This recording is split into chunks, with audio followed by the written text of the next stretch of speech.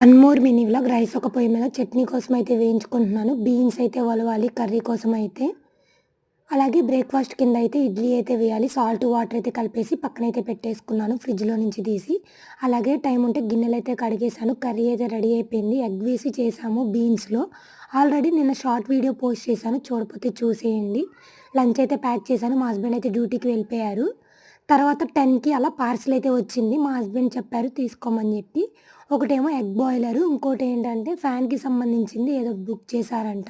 Gas మీద eggs boil చేస్తుంటే ఎంతసేపు పెట్టాలో గ్యాస్ అంతా అయిపోతున్నట్టు అనిపిస్తుంది. ఇంక అందుకే మా హస్బెండ్ అయితే ఇదైతే బుక్ చేశారు అమెజాన్‌లో ఎగ్స్ బాయిల్ చేసుకోవడానికి కరెంట్‌ది. 6 ఎగ్స్ అయితే పెట్టుకొని బాయిల్ చేసుకోవచ్చంట. ప్రోడక్ట్ అయితే నిజంగా చాలా బావుంది. చూడాలి బాయిల్ అయ్యాక ఎలా ఉంటదో.